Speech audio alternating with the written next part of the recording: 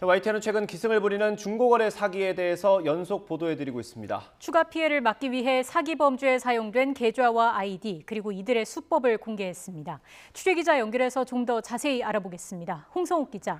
네, 강원 취재본부입니다. 네, 먼저 중고거래 사기에 이용된 특정 은행 계좌를 공개했죠. 네, 그렇습니다. YTN은 중고거래 사기에 이용된 계좌를 공개했습니다. 모두 기업은행이고요. 취재 중 확인된 것만 11개입니다. 지금도 계속 늘고 있는 추가 피해를 막기 위해 논의 끝에 해당 계좌를 공개했는데요. 피해 금액은 적게는 수십만 원부터 많게는 수천만 원에 달합니다. 처음 경찰에 신고된 게 지난달 5일입니다. 한 달 그리고 열흘 정도가 지났는데요. 해당 계좌에 사기를 당한 사람이 확인된 것만 모두 645명입니다. 피해액을 합산하면 10억 원이 넘을 것으로 추정됩니다.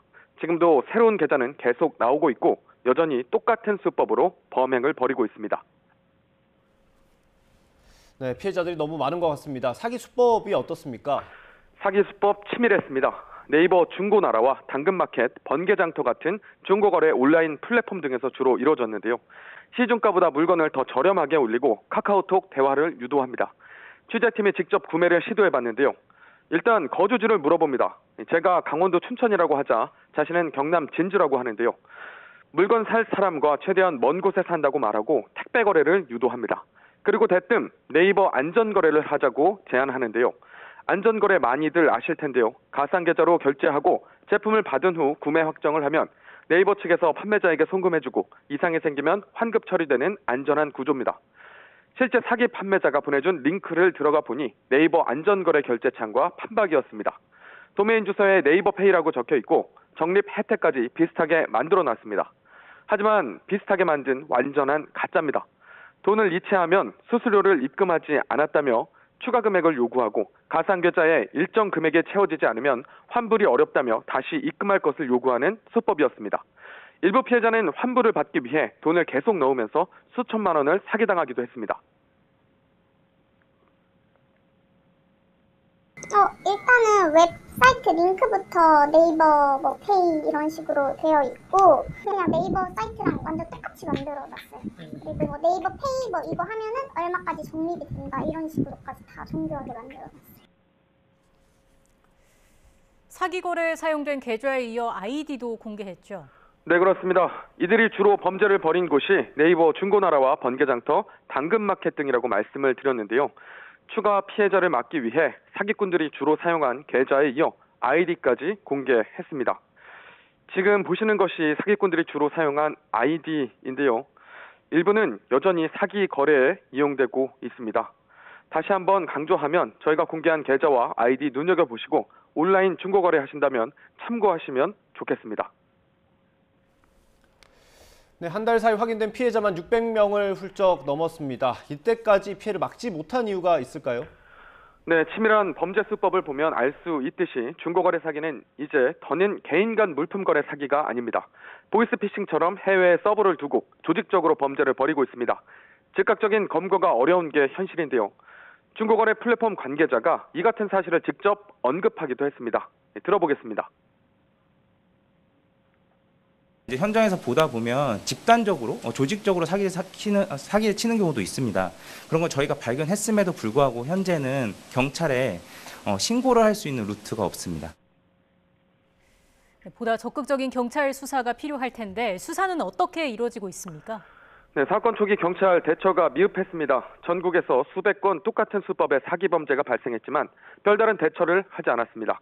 사건을 다른 경찰서로 이관하기 바빴는데요. 경찰 신고를 해도 전국에 퍼진 피해자 사례를 모집해 특정 경찰서 담당 수사관에게 이관, 배정하는 데는 3주 이상 걸리기도 합니다. 이 때문에 피해자들이 직접 사기에 이용된 계좌 주인을 찾아가는 일도 있었습니다. 취재팀도 직접 계좌 주인을 만나봤는데요. 자신의 계좌가 범죄에 이용된 줄 몰랐다며 자신들 역시 피해자라고 토로할 뿐이었습니다. 은행에서 전화를 받아서 무슨 문제가 생겼다는 거는 한 3주 전에 인식을 했고요.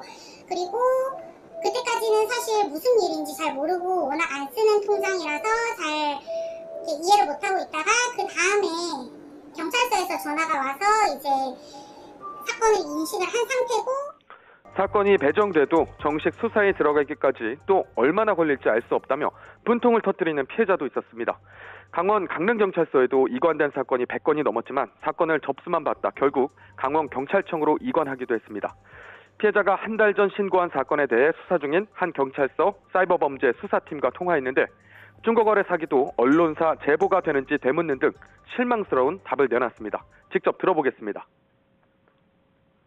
그게 제보가 되는 거야. 그게 피해자분이 좀 많으신가요? 예. 전국적으로 지금 사건이 계속 돌으니까 그걸 수사해가지고 한 번에 수사할 예정입니다. 네, 은행권의 대처도 좀 아쉬운 부분이 확인됐습니까? 네, 맞습니다. 초기 피해를 막기 위해서는 범죄에 사용된 계좌 지급 정지가 필요하다는 목소리가 나옵니다. 통신 사기 피해 환급법에 따라 은행은 특정 계좌가 사기에 이용됐다는 정황이 확인되면 지급 정지를 해야 할 의무가 있지만 이는 보이스피싱 범죄에 한정됩니다. 중고거래 사기가 아무리 조직적으로 이루어지고 수천, 수억 원 피해가 발생해도 즉각적인 대처가 어려운데요. 피해자가 똑같은 계좌로 인한 사기 피해가 반복되고 있는 걸 확인하고 은행에 알렸지만 불보듯 뻔한 피해도 막지 못했습니다. 직접 들어보겠습니다. 수많은 사람들이 이 계좌번호 하나로만 피해를 보고 있다고 많은 전화가 왔었을 텐데도 기업은행은 그거를 지급정지를 해줄 수가 없다 이렇게 하면은 범죄에 동조하는 것밖에 안 되잖아요. 저희는 전기통신금융사기 특별법에 의거한 내용에 대해서만 은행에서 지급정지가 할 수 없기 때문에 지금 상대방의 계좌에 지급정지가 할 수 없습니다, 고객님. 그러면 계속 피해자가 계속 나올 수밖에 없어요. 계좌 지급정지 관련법 개정안은 이미 발의가 된 상태라고요. 네, 그렇습니다. 지난해 발의됐습니다. 앞서 말씀드렸지만 현행법은 보이스피싱 등 사이버 금융 범죄에 활용된 사기 이용 계좌에 대한 지급 정지만을 규정하고 있습니다. 이 때문에 인터넷 사기 피해자에 대한 구제 조치에 계좌 지급 정지를 추가 허용해야 한다는 게 발의된 법안의 핵심입니다. 계좌 정지가 되고 나면 추가 피해를 막는 것뿐만 아니라 피해 금액을 회수하는 데에도 용이한 거죠. 보이스피싱도 똑같지만 이 금액들을 먼저 쪼개서 빼는 형태도 많이 우리가 봐왔지 않습니까? 예. 이제 그런 것들을 이제 막아야 된다 이런 거였습니다.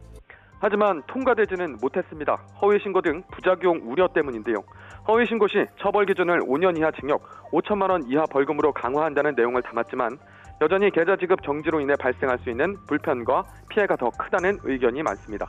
하지만 어디까지나 중고거래 사기가 개인 간 물품 사기에 머무를 때의 일입니다. 거듭 말씀드리지만 현재 중고거래 사기는 전화금융 사기와 똑같습니다.